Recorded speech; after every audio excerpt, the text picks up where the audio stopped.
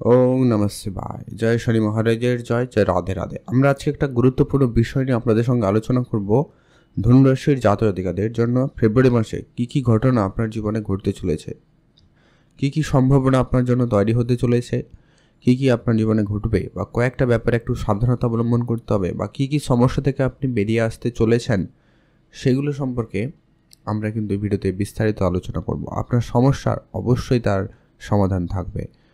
তো আপনার ভিডিওটি না কেটে না স্কিপ করেই দেখবেন, সম্পূর্ণ দেখবেন, তাহলেই বুঝতে পারবেন যে কি আপনাদের গ্রহগোচরের পরে আপনার জীবনে কি পরিবর্তন আসছে, আপনি যে সমস্যার মধ্যে দিয়ে যাচ্ছেন সেই সমস্যার কি কতটা হাল পরিবর্তন হবে, সেটা সম্পর্কে আমরা এই ভিডিওতে আলোচনা করে দেবো। আপনাদের কাছে একটাই রিকোয়েস্ট, আপনারা ভিডিওটি না কেটে না স্কিপ করে সম্পূর্ণ দেখবেন।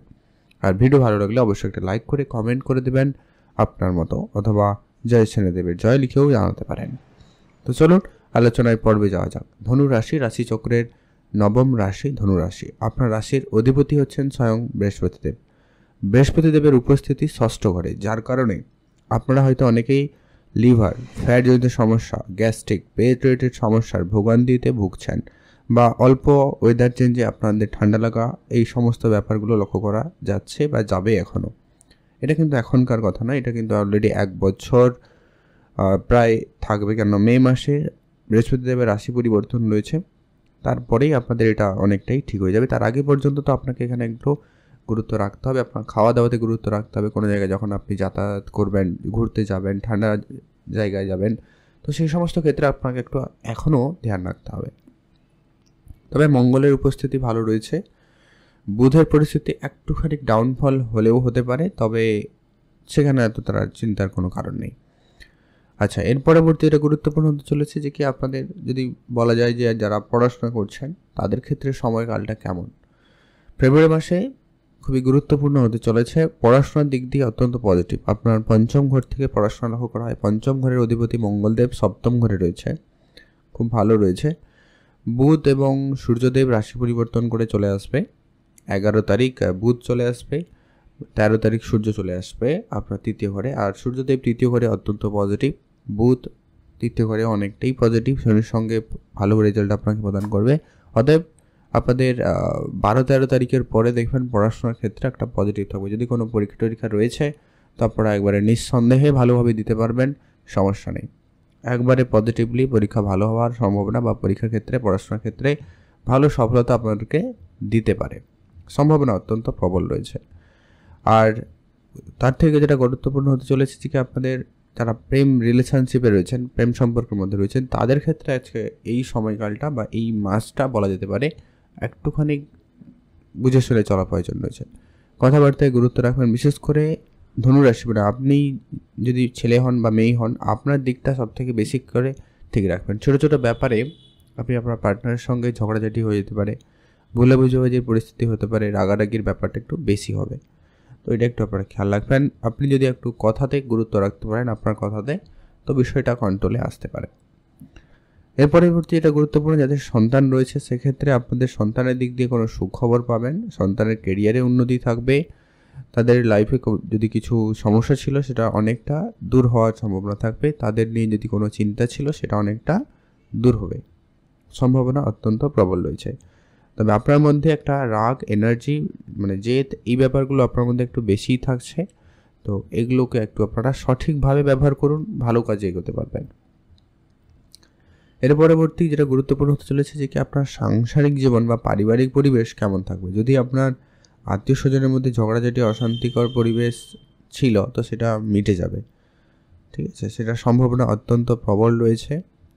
শুধু একটু আপনারা গুরুত্ব রাখবেন, তাদের সঙ্গে একটু মেলামেশা বেশি করবেন, তাদেরকে কিছু উপহার দিতে পারেন, তাদের সঙ্গে কিছু কেনাকাটা করতে পারেন, এটা অনেকটা বেটে যাবে। তবে হ্যাঁ, এখানে আপনার খরচটা লক্ষ্য করা যাচ্ছে। হ্যাঁ, আরেকটা কথা, বৃহস্পতিদেব যদি ষষ্ঠ ঘরে রয়েছে, তাই দৃষ্টি থাকছে একবারে দ্বাদশ করে। আপনার অনাবশ্যক কিছু খরচ হতে পারে, জরুরি বিশেষ কিছু খরচ হতে পারে, মেডিকেল সেক্টরে খরচ হতে পারে, এগুলো কিন্তু বৃহস্পতিদেব করাবে। বা ধর্মীয় কোনো যাত্রায়, ধর্মীয় কোনো কিছু পুজো অর্চনার ক্ষেত্রে বা কিছু অনুষ্ঠানে আপনার খরচপাতি একটু বেশি হচ্ছে, এটা কিন্তু করাবে। তাই আপনাকে অবশ্যই আপনার খরচে লাগাম দিতে হবে। তবে হ্যাঁ, অর্থ আসবে, সেটা আমরা পরে আসছি। তো মোটামুটি এখান থেকে আপনাদের বেশ ভালো লক্ষ্য করা যাচ্ছে দিনগুলো। তারপরে যেটা বিবাহিত সম্পর্ক কেমন থাকবে, বিবাহিত সম্পর্ক আপনার সপ্তম ঘর থেকে বিবাহিত সম্পর্ক দেখাবে। সপ্তম ঘরের অধিপতি হচ্ছে বুধ, এই মুহূর্তে দ্বিতীয় ঘরে রয়েছে, অতএব আপনার 11 তারিখ পর্যন্ত মোটামুটি বিবাহিত সম্পর্ক খুবই ভালো থাকবে। তারপরে একটুখানি সমস্যা দেখা দিতে পারে। বুধ সূর্য যখন একবারে তৃতীয় ঘরে চলে আসবে তখন একটুখানি ছোট ছোট ব্যাপারে ঝগড়া অশান্তি হতে পারে, যেটার কোনো কারণ থাকবে না, এইরকম ব্যাপার হতে পারে। তো সেটা একটু আপনারা গুরুত্ব সহকারে মেনে চলার একটু চেষ্টা করবেন।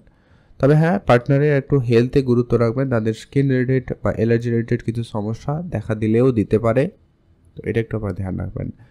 আর এই সপ্তম ঘর থেকে ব্যবসাপত্র দেখা হয়, তো সেই সুবাদে আপনার ব্যবসার জায়গাটা ভালো থাকবে। ব্যবসার ক্ষেত্রে কোনো ডিল ফাইনাল হতে পারে, নতুন ডিল করার জন্য সময়কালটা খুব ভালো থাকবে।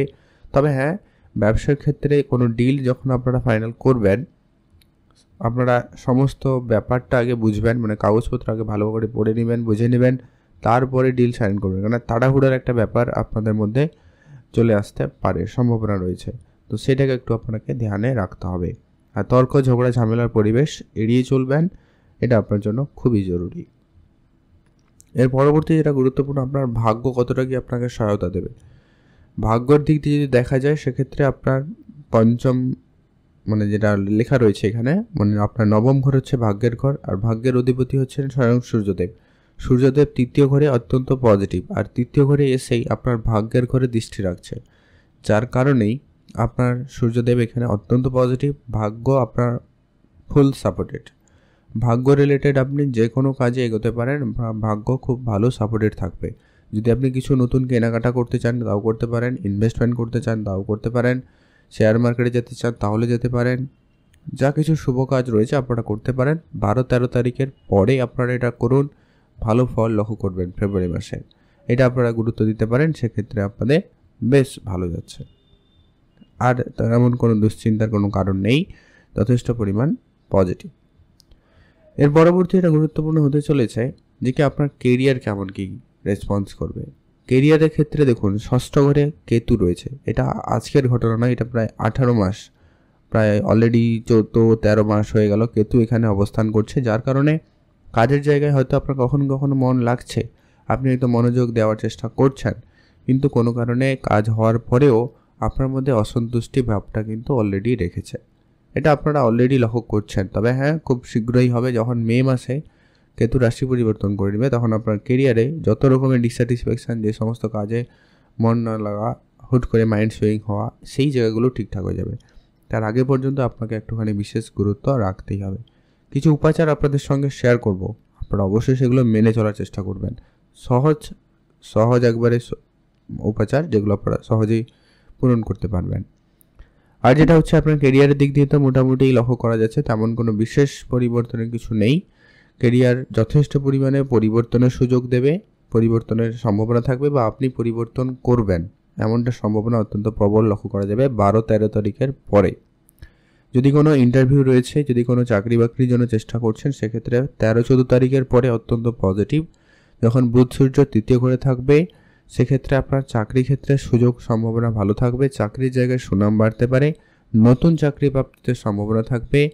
এমনকি যারা খেলাধুলার সঙ্গে যুক্ত রয়েছেন, সেই জায়গায় খেলাধুলায় আপনাদের অত্যন্ত পজিটিভ থাকবে, আপনি সেখানে খুব শীঘ্রই সফলতা পাবেন। অনলাইন রিলেটেড কাজে আপনার অনেক উন্নতি থাকবে, আপনার কনভারসেশন খুব ভালো থাকবে, আপনি কমিউনিকেশন স্কিল যদি কাজ করছেন, সেই জায়গায় আপনার অনেকটা উন্নতি থাকবে, বা কাজের জায়গায় আপনি একটা বেস্ট পজিশানে অবধি যেতে পারেন। আর শুক্র উচ্চস্থান হয়ে আপনার চতুর্থ ঘরে অবস্থান করছে রাহুর সঙ্গে, যার কারণে আপনি কোনো লাক্সারিয়াস জিনিসপত্র কেনাকাটা করতে পারেন, বাড়ি কিনতে পারেন, বাড়ি রেনোভেশন করতে পারেন, বাড়ি বানাতে পারেন, গাড়ি কিনতে পারেন, জমি জায়গা রিলেটেড কিছু কাজ করতে চাইলে করতে পারেন। বিশেষ করে আপনার গাড়ি কেনা বা কোনো কিছু এই লাক্সারিয়াস কোনো জিনিসপত্র, সোনা দানা গয়নাগাটি, এরকম কিছু কেনাকাটাতেও কিন্তু যোগ সম্ভাবনা তৈরি করতে লক্ষ্য করা যাচ্ছে। মায়ের স্বাস্থ্য নিয়ে যদি কোনো চিন্তা রয়েছে, তো সেখানে কিছুটা সুধার আসবে, মানে কিছুটা ভালো ফল আপনি কিন্তু পাবেন। তো এই ছিল গুরুত্বপূর্ণ ঘটনা, যেগুলো আপনার ফেব্রুয়ারি মাসে ঘটনাগুলো ঘটতে চলেছে, যেগুলো দূর হতে চলেছে, আলোচনা করলাম। আপনাকে যেটা উপাচার হিসেবে ফলো করা প্রয়োজন রয়েছে, যে কি আপনার বৃহস্পতিদেব আপনার রাশির অধিপতি একটু ডাউন আছে, যার কারণে আপনাকে অবশ্যই বৃহস্পতিদেবের বীজ মন্ত্র যেটা রয়েছে ওটা পাঠ করতে পারেন, নাহলে প্রত্যেকদিন সকালে বিষ্ণু শাস্ত্র পাঠ করতে পারেন। এতে আপনার বৃহস্পতি অনেকটা পজিটিভ হবে। আর পশু পাখিদের খাবার খাওয়াবেন। গরিব বা দূরস্থ লোকেদের আপনি আপনার মতো আপনি যতটা পারেন ততটুকু দিয়েই সহায়তা করবেন। মাঝে মধ্যে সপ্তাহে 1 বা 2 বার হলেও যদি সম্ভব হয় তাহলে করুন। আর সূর্যদেবকে তো অবশ্যই জল অর্পণ করবেন। সেক্ষেত্রে আপনার ভাগ্যের সাপোর্ট একেবারে আপনার ভারে থাকবে। তো এই ছিল গুরুত্বপূর্ণ আলোচনা। কেমন লাগলো লাইক কমেন্ট করে জানাতে ভুলবেন না।